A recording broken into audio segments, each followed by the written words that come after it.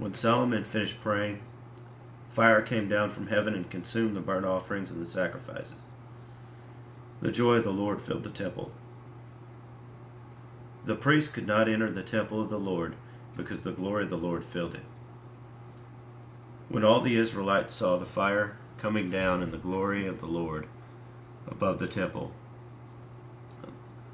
they knelt on the pavement with their faces to the ground, and they worshipped and gave thanks to the Lord, saying, He is good, His love endures forever.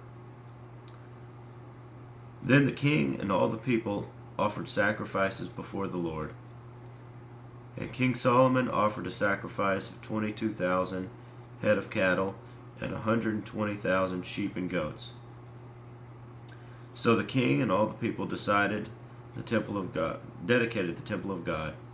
The priests took their positions, as did the Levites, with the Lord's musical instruments, which King David had made for praising the Lord, and which were used when he gave thanks, saying, His love endures forever.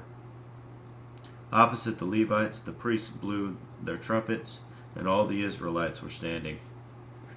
Solomon consecrated the middle part of the courtyard in front of the temple of the Lord,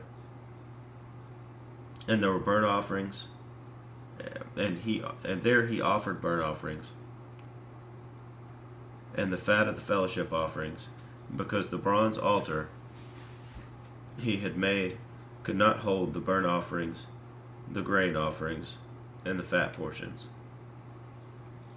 So Solomon observed the festival at that time for 7 days, and all Israel with him, a vast assembly of people, from Lebo Hamath to the Wadi of Egypt.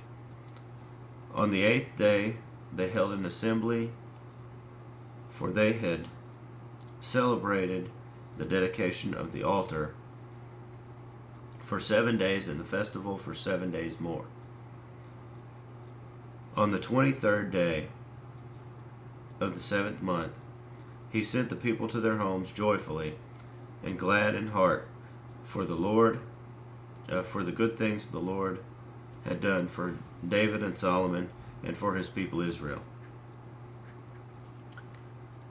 When Solomon had finished the temple of the Lord and the royal palace, and had succeeded in carrying out all he had in mind to do in the temple of the Lord and in his own palace, the Lord appeared to him at night and said,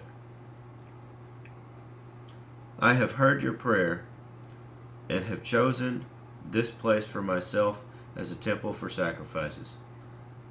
Then, when I shut up the heavens so that there is no rain, or command locusts to devour the land, or send a plague among my people, if my people who are called by my name will humble themselves and pray and seek my face, turn from their wicked ways, then will I hear from heaven and will forgive their sin and will heal their land.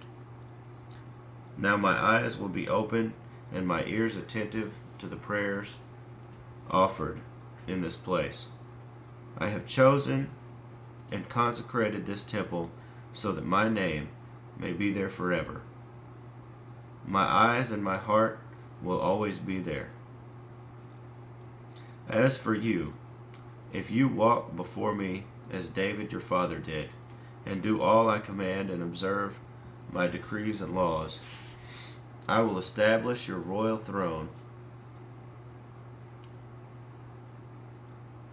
as I covenanted with David your father when I said, You shall never fail to have a man to rule over Israel.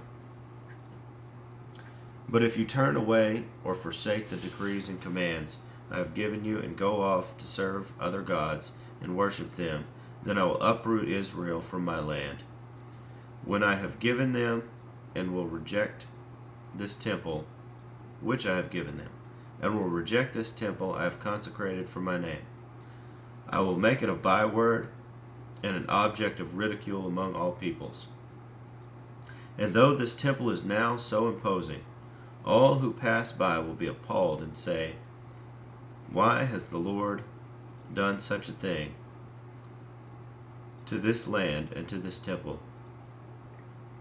People will answer, because they have forsaken the Lord, the God of their fathers, who brought them out of Egypt, and have embraced other gods, worshiping and serving them.